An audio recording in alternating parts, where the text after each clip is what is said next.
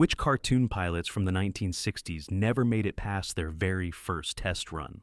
That decade was overflowing with bold experiments as studios chased the magic formula for Saturday mornings, tossing out ideas that ranged from brilliant to downright bizarre. Some were too strange, others too ambitious, and a few were simply forgotten. But hidden among these failed attempts are stories worth remembering.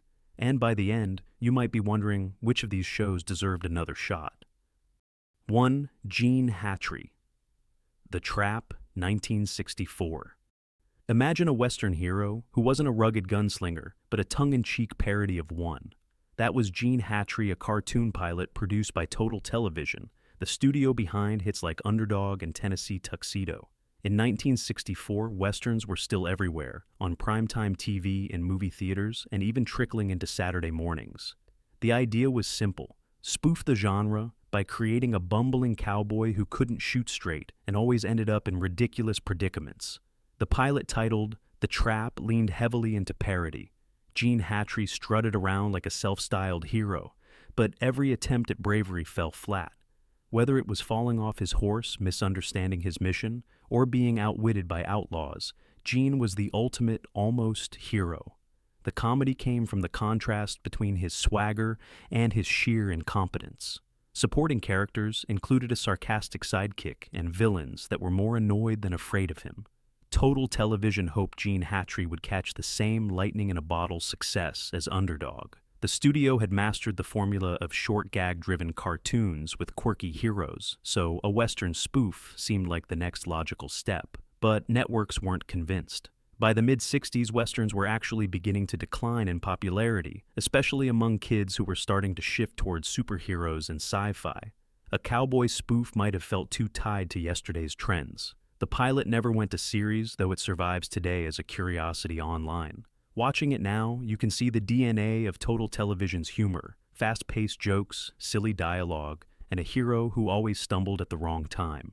Gene Hatchery didn't get his moment to shine, but he remains proof that studios were willing to poke fun at one of TV's most sacred genres. 2. Samson, Scrap, and Delilah, 1962. What if the junkyard down the street was actually the setting for a cartoon comedy? That's the world Gene Deitch built in Samson, Scrap, and Delilah, an experimental pilot created in 1962. Unlike most kid-friendly shows of the era, this one had grit-clanking metal and a setting you wouldn't expect: a scrapyard. Samson Scrap was an old junk dealer with a nose for oddities, and Delilah was his clever, loyal dog who often solved the problems her human couldn't. Together, they stumbled into strange situations involving discarded machines, nosy neighbors, or even rival junkmen. The humor came from Samson's bumbling ways and Delilah's sharp instincts. She often ended up being the real brains of the duo, while Samson blustered his way into trouble. The pilot's art style reflected Deitch's signature look: simplified, abstract backgrounds with bold, striking character designs. It felt different from the slick Hanna-Barbera cartoons that dominated the decade. Deitch leaned into quirky sound effects, odd angles, and an almost indie sensibility long before indie animation was a thing. Why didn't it take off? Networks thought the premise was too niche. A scrapyard hero didn't scream toy sales or mass-market appeal. Hanna-Barbera was churning out colorful, marketable characters, and Samson Scrap felt too grounded, too dusty compared to futuristic heroes or wacky animals. Sponsors weren't sure how to fit commercials around it. Still, the pilot survives today, and watching it reveals just how experimental the early 60s could be. It's rougher, stranger, and far more character-driven than its competitors. Samson Scrap and Delilah might not have found Saturday morning fame, but they proved that not every cartoon had to revolve around polished suburbs or space-age families. Sometimes the heart of the story could be found in the junkyard. 3. The Joey Jingle Show, 1967. Cartoons and music have always been a natural match, but the Joey Jingle Show tried to take it one step further. Produced in 1967 by animator Fred Crippen, this pilot aimed to fuse catchy tunes, colorful characters, and comedy into a children's variety-style show. Think of it as a blend between Saturday morning cartoon antics and a jukebox musical. The star, Joey Jingle, was a plucky little boy who narrated segments with song and rhyme. Around him swirled a cast of supporting characters, quirky animals, bumbling adults, and cartoon objects that came to life. Each short skit was punctuated by original music designed to stick in your head long after the episode ended. The pacing was fast jumping from one bit to the next, like a child's daydream put on screen. The animation had a distinct 60s look, bright colors, bold shapes, and designs that leaned into the psychedelic style creeping into pop culture. Fred Crippen wasn't trying to mimic Hanna-Barbera's house style. Instead, he went for something more experimental, almost jazzy in execution. It was part cartoon, part visual art piece, part sing-along. Networks admired the creativity, but worried about its format. It didn't fit neatly into the half-hour sitcom mold. Advertisers weren't sure how to slot commercials between songs and skits without breaking the rhythm. And while the music was catchy, execs doubted kids would sit still for a show that felt more like an art experiment than a cartoon comedy. So, the Joey Jingle Show never advanced beyond its pilot. Still, it survives in full, and watching it today feels like opening a time capsule of late 60s optimism. It's quirky, playful, and wildly different from anything that made it onto the air. Joey may not have jingled his way into Saturday morning fame, but his pilot stands as one of the boldest swings of the decade. 4. Terrible Tessy, 1966. What if the hero of a 60s cartoon pilot wasn't a superhero or a silly animal, but a girl who could travel through time? That was the bold idea behind Terrible Tessy, created by Gene Deitch in 1966. Tessy was a spunky, curious young heroine with a time machine bouncing from one era to another. Each adventure dropped her into a different setting: ancient Rome, the Wild West, or even a futuristic city. Wherever she landed, Tessy caused chaos, not out of malice, but out of sheer energy and curiosity. She wasn't terrible in the mean sense. She was terrible, like a whirlwind leaving everyone scrambling in her wake. Deitch's vision gave Tessy a unique edge. Unlike most female characters of the era, who were often relegated to sidekick roles, Tessy was front and center. She drove the story-solved problems her own way, and turned history lessons into zany adventures. The design was simple but expressive, making Tessy memorable even in just a short pilot. Networks, however, weren't ready. Executives worried a girl-led adventure show wouldn't attract boys, and advertisers thought the concept leaned too educational. The combination of history and humor was ahead of its time long before shows like The Magic School Bus proved the formula could work. The pilot never went to series, but Tessy remains a fascinating glimpse into what could have been. Watching her antics today, you can't help but wonder how kids might have embraced her if she'd been given the chance. Instead, Tessy was left stranded in pilot limbo, a time traveler without a future. 5. Brutus and Brownie, 1966. Two dogs debating cartoon violence doesn't sound like much, but in the 60s it was downright revolutionary. Brutus and Brownie was a short pilot produced under the banner Funny is Funny in 1966. It wasn't your typical gag reel. Instead, it was a meta-commentary on cartoons themselves. Brutus was a tough, no-nonsense bulldog who loved slapstick chaos, anvils, falling explosions, pratfalls galore. Brownie, his smaller and calmer counterpart, argued for gentler humor. The two spent the pilot bickering over what kind of comedy worked best with, each trying to prove their style was superior. Scenes would play out as examples, Brutus staging over-the-top gags, Brownie trying to steer toward clever wordplay or lighter jokes. The result was a cartoon that doubled as a debate. Could slapstick still make kids laugh, or were audiences ready for something subtler? For a pilot, it was shockingly self-aware. Instead of just delivering gags, it dissected them. Unfortunately, the networks didn't know what to do with it. The show had no traditional storyline, and execs worried kids wouldn't care. About a cartoon arguing about cartoons. Advertisers weren't sure how to market it either, so Brutus and Brownie remained a one-off curiosity. What makes it special today is how ahead of its time it feels. Modern cartoons like Animaniacs and Tiny Toon Adventures would later embrace the idea of characters commenting on their own medium. But in 1966, the industry wasn't ready. Brutus and Brownie may not have settled their debate, but they left behind one of the quirkiest, smartest unsold pilots of their era. 6. The Mini Munsters, 1969. By the end of the 60s, the Munsters were already icons, but how do you keep a monster family relevant for kids? Make them a cartoon. That was the pitch behind The Mini Munsters, an animated pilot produced in 1969 as part of ABC's Saturday Superstar movie. Instead of the gothic black and white sitcom tone, the mini Munsters gave the characters a Saturday morning spin. Herman, Lily, Grandpa, and Eddie were reimagined in bright colors with softer personalities. Eddie, in particular, became the star surrounded by youthful hijinks and neighborhood adventures.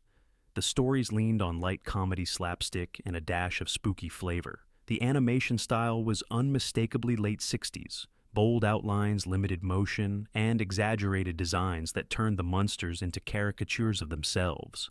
While the pilot captured some of the charm of the original sitcom, it lost the quirky edge that had made the live-action version beloved. Fans of the show thought the cartoon felt watered down, while new viewers didn't quite connect with the premise. The pilot aired once but never expanded into a series. Executives were skeptical about reviving a property that was already fading from popularity, and the cartoon market was shifting towards superhero action and psychedelic adventures. A monster sitcom even in animated form felt like yesterday's news. Still, the pilot survives, and it's a fascinating look at how studios tried to stretch existing properties into Saturday morning gold. Had it succeeded, the Mini Munsters could have joined the Flintstones and the Jetsons as a long-running family cartoon. Instead, it remains a colorful relic of the era, proof that not every classic series can make the leap into animation. 7. Superman and the Molemen, 1960s. Before superheroes dominated Saturday mornings, studios tested the waters with unusual experiments, and Superman wasn't spared. In the early 60s, animation producers toyed with an idea inspired loosely by the live-action Superman and the Molemen movie from the 50s. The concept: could Superman anchor a new cartoon, starting with a pilot reel featuring bizarre underground creatures? The animated test reel reimagined Superman facing off against the Molemen, small humanoid figures who live beneath the Earth's surface. The pilot leaned into pulp-style storytelling, with Superman using both brains and brawn to protect humanity from misunderstandings with the underground dwellers. The designs were simple, almost crude compared to later superhero cartoons, but they captured a mix of sci-fi weirdness and classic superhero action. Despite Superman's enduring popularity, the pilot didn't move forward. Why? Because networks were hesitant about superhero content for kids. Concerns about violence and tone lingered, and execs weren't sure Superman could be made light enough for Saturday mornings. It wouldn't be until the Filmation Superman cartoon in 1966 that the hero finally broke through in animation. The Molemen pilot survives in fragments and storyboards, leaving fans curious about what a full series might have looked like. In hindsight, it was a stepping stone, an early test that paved the way for Superman's animated future. 8. Linus the Lionhearted, early 1960s. Sometimes a cartoon pilot isn't just about TV, it's about selling cereal. That was the case with Linus the Lionhearted, who first appeared in commercials for Post cereals before being spun into his own pilot. The early 60s test episodes functioned as hybrid pilots, blending advertising with entertainment. Linus was a cheerful, confident lion, with a booming voice surrounded by a cast of characters that doubled as cereal mascots. There was Sugar Bear, lovable truly, and others who eventually made it into the full series. The pilot was part commercial, part cartoon, with each character representing a product. Networks liked the energy, but there was hesitation about giving an outright ad campaign a full cartoon platform. It was unprecedented. Eventually, Post itself helped bankroll the idea, and Linus the Lionhearted became a series in 1964. But those early pilots remain a fascinating snapshot of how animation was being used as a direct sales tool. What's especially notable is how polished the pilot was. The animation quality was higher than most Saturday morning shows, thanks to the sponsorship money. And the characters, though tied to products, had enough charm to stand on their own. The pilot episodes survive in archives and collector circles, reminding us how blurred the line between cartoons and commercials was becoming. Linus didn't just roar onto Saturday mornings, he walked right out of the cereal aisle. 9. Space Angel, 1962. A spaceship. A fearless crew and animated mouths pasted over still drawings that was Space Angel. Before it became a syndicated series in 1962, Space Angel was tested through a pilot episode that used Synchrovox, the same technique later made famous by Clutch Cargo. The pilot followed Scott McCloud, also known as Space Angel, as he patrolled the galaxy against space pirates and alien threats. The hook wasn't just the sci-fi adventure, it was the strange animation technique. Characters were drawn as static illustrations, but real human mouths were superimposed to deliver dialogue. The effect was uncanny, even unsettling, but it kept production costs low. The pilot proved the formula could work on a budget, and soon the show entered syndication. Still, the earliest test episode feels like a curiosity. The animation is stiff, the pacing slow, but the pulp energy carries it through. For kids in the early 60s, it was enough to spark imaginations about space travel long before Star Trek captured the mainstream. Today the pilot survives, and watching it feels like stepping into another era of TV experimentation. It's charming in its awkwardness, a reminder that studios were willing to try anything to make sci-fi cartoons stick. 10. The Secret Six, 1968. By the late 60s, superhero cartoons were everywhere, but Hanna-Barbera decided to flip the script. Enter The Secret Six, a pilot from 1968 that assembled a team of misfit heroes who couldn't quite get it right. Each member had an exaggerated gimmick. One was super strong but clumsy, another a gadgeteer whose inventions always backfired, another a shapeshifter who never got the transformation right. Together they bumbled through missions defeating villains almost by accident. It was part action, part parody, a sly wink at the superhero craze sweeping the decade. On its own, the pilot was clever, but networks worried it was too confusing for kids. Young viewers loved their heroes serious and straight-faced. A parody team risked undercutting the genre entirely, and sponsors weren't sure how to market a toy line around heroes who fail. So, the pilot never advanced. The concept was shelved, and Hanna-Barbera poured its energy into more straightforward action shows. But The Secret Six remains notable as an early attempt at superhero comedy long before shows, like The Tick or Teen Titans Go, proved the formula could work. If it had aired, it might have been one of the strangest, funniest superhero cartoons of its time. Instead, it lives on as a quirky experiment in the archives of Hanna-Barbera history. And there you have it, 10 cartoon pilots from the 1960s that never made it to full series. Some were too quirky, some too risky, and others simply victims of bad timing. Yet every one of them tells us something about the wild experimentation of that era. Which of these forgotten pilots do you think deserved a second chance? Let us know in the comments, share this list with fellow animation fans, and don't forget to subscribe for more dives into pop culture's hidden corners.